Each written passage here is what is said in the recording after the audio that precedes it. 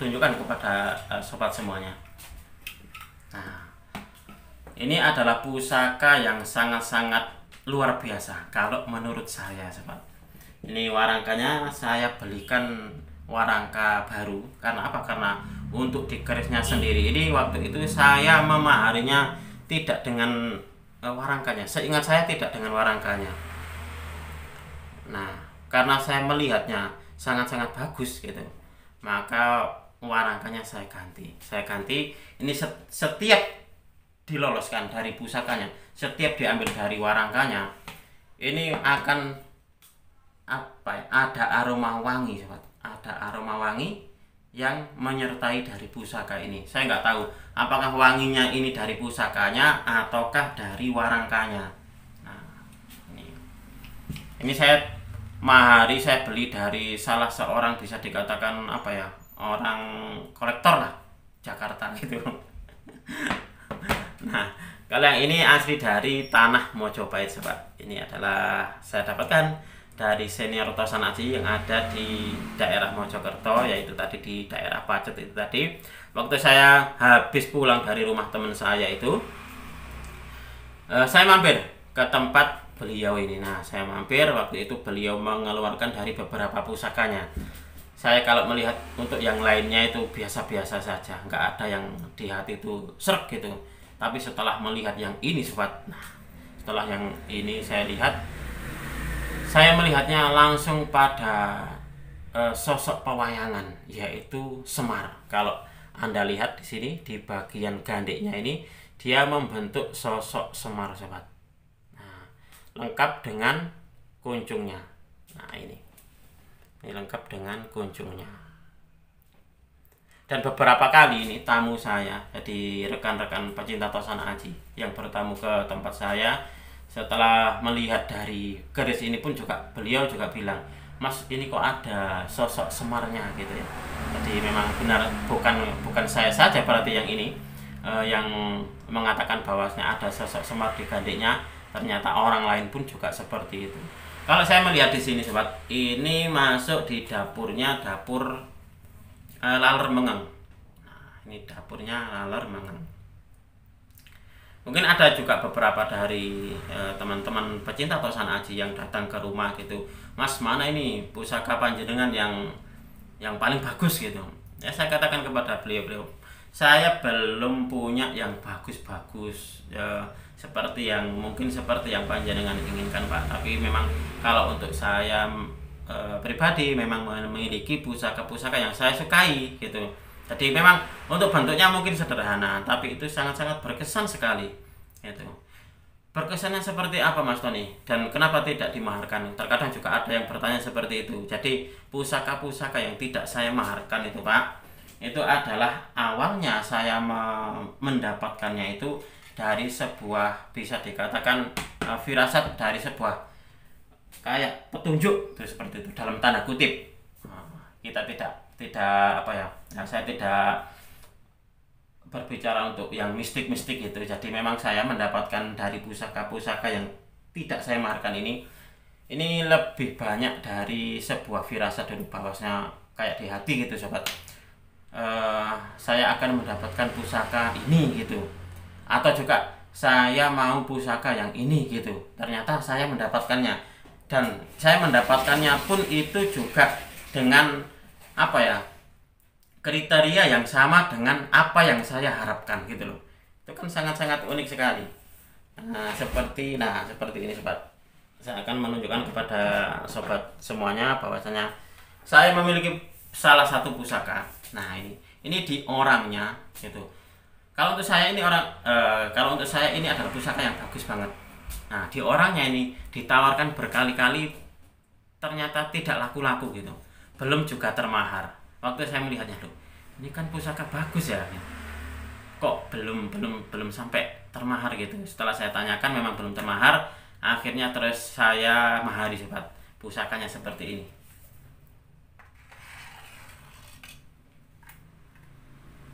Nah, ini kalau Anda melihatnya di sini, ini adalah dapur Pasupati. Nah, ini dapur Pasupati, dan ini juga tidak saya maharkan. Kenapa Mas Tony? Ya itu tadi, karena saya mendapatkannya waktu itu saya pengen banget pusaka Pasupati. Nah, setelah melihatnya, saya kok langsung jatuh hati. Tadi pusaka mencari tuannya, apakah tuannya mencari pusakanya? Nah ini sobat, ini untuk bentuk dari pusakanya sangat-sangat gagah dan ini tantingannya mantap. Ini bisa dikatakan masih tebal pusakanya. Nah ini kapan waktu itu sobat, waktu saya mendapatkannya memang masih kotor. Lalu saya warangi di tukang warang yang bukan tukang saya, ini adalah salah satu teman saya mewarangi. Nah di tukang warang itu tadi sudah ada yang menawar. Keris ini punya siapa? Apakah dimaharkan gitu? Beliau bilangnya, loh ini punyanya teman saya dan kayaknya ini tidak dimaharkan, katanya gitu. Nah ini adalah Pasupati kelangenan saya. Jadi ini adalah salah satu dari dapur kelangenan saya sobat. Nah ini. Kapan hari itu saya juga memiliki dapur Pasupati, saya mendapatkannya, tapi saya maharkan. Karena apa? Karena memang saya sudah punya gitu loh, dan juga apa ya, bisa dikatakan itu menjadi sebuah, bisa dikatakan komoditi lah, komoditi untuk jual beli di dalam saya bermain pusaka. Jadi ada yang saya makan, ada yang saya koleksi pribadi, jadi bisa dikatakan kolektor ya. Ya kolektor ya tukang menjual gitu. Lalu ada lagi sobat. Nah kalau yang seperti ini pun juga tidak saya makan. Karena ini dulu saya pakai waktu acara pernikahan saya. Nah seperti ini tidak saya makan karena punya nilai historis gitu.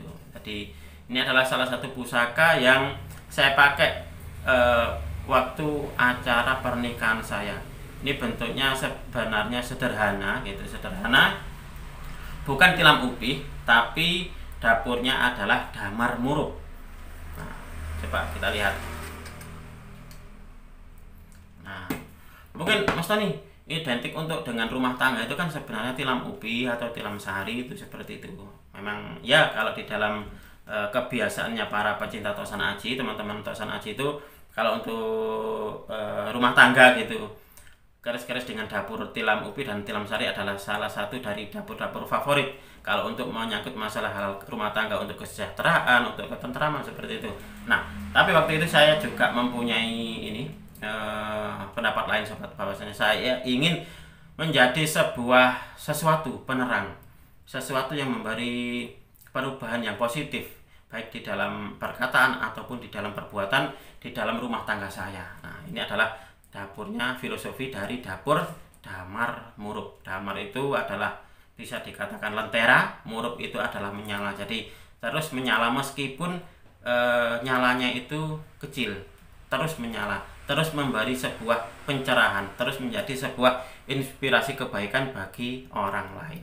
Itu saya ingin menjadi seperti itu sobat. Itulah kenapa yang saya pilih waktu itu adalah pusaka dengan dapur damar muruk. Dan juga kalau untuk di damar muruk itu memang biasanya sobat pasti akan diikuti dengan dapur lainnya, bisa Maheso Lajer atau Maheso damar muruk, akhirnya jadinya seperti itu, atau Sempaner. Nah di sini ternyata dapur lainnya yang menyertai.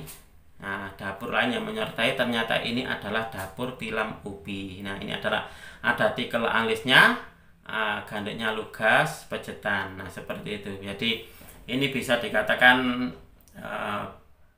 perpaduan dari dua dapur pusaka, tapi tetap di dalam pengetahuan tosan aji ini menyebutnya tetap masuk di dapur damar muruk. Nah, seperti itu sobat. Nah ini adalah beberapa contoh dari pusaka yang tidak saya makan. Karena apa? Karena ada nilai-nilai historisnya, entah itu dari acara-acara tertentu seperti ini tadi, acara pernikahan saya, atau juga dari sebuah firasat. Nah sebuah firasat, sebuah bisa dikatakan ya keinginan hati yang paling dalam akhirnya terus terwujud menjadi kenyataan. Nah itu biasanya yang juga tidak saya maharkan. Nah saya pun juga mempunyai, ini saya ambilkan lainnya, contoh yang lainnya sobat. Nah ini adalah pusaka Jaran Guyang. Waktu itu saya pengen banget gitu, pengen banget memiliki dapur jaran kuyang. Karena apa? Karena waktu itu pusaka pertama kali yang saya miliki itu adalah dapur jaran kuyang, sobat. Tapi sudah termahar. Sebenarnya sayang ya. Karena apa? Karena memang untuk biasanya dari teman-teman itu pusaka pertama itu biasanya menjadi sebuah simbolisasi tersendiri, tidak dimaharkan. Tapi waktu itu saya niatnya adalah ingin mencoba peruntungan lah, katakan seperti itu, mencoba peruntungan untuk memaharkan. Apakah saya bisa gitu loh, apakah saya bisa memaharkan pusaka. Nah, ternyata waktu itu saya berhasil memaharkan pusaka pertama saya. Nah, itu adalah salah satu titik balik saya akhirnya menjadi penjual tosan aji. Jadi awal mulanya di situ, sobat. Sebenarnya dulu saya tidak punya cita-cita ataupun keinginan menjadi seorang yang bergelut di dalam tosan aji. Waktu itu saya pengen cuma memahari lalu mengoleksi gitu saja. Tapi karena coba-coba dan waktu itu akhirnya berhasil memaharkan dengan sedikit keuntungan. Akhirnya juga lama kelamaan saya ketagihan tuh. Ternyata saya bisa untuk memaharkan sebuah pusaka, dan alhamdulillah juga saya mendapatkan keuntungan dari situ. Akhirnya terus saya belikan lagi. Bisa dikatakan kalau di dalam bahasa kulaan pusaka. Nah, seperti itu. Akhirnya ya jadi seperti ini, jadi yang banyak kayak gini. Coba kita akan melihat ini yang juga salah satu dari pusaka yang tidak saya maharkan. Waktu itu saya pengen memiliki pusaka jaran kuyang dengan pamor sodo sakler atau sodo lanang dengan besi yang hitam. Waktu itu seperti itu. 1 atau 2 hari kalau nggak salah, ada seseorang dari Solo, rekan saya sendiri juga memaharkan pusakanya. Nah, ternyata pusakanya adalah berdapur jaran kuyang dan juga pamor sodo sakler, dan besinya pun juga menghitam seperti ini, sobat. Akhirnya terus kok di sini gitu. Akhirnya saya berhasil untuk memaharinya. Nah, ini adalah pusaka-pusaka yang sangat-sangat hebat banget ini. Pusaka yang mempunyai nilai historis bagi saya pribadi, karena saya mendapatkannya ini sesuai dengan apa yang saya inginkan. Jadi akhirnya terwujud menjadi sebuah pusaka dan saya mendapatkannya ini, sobat.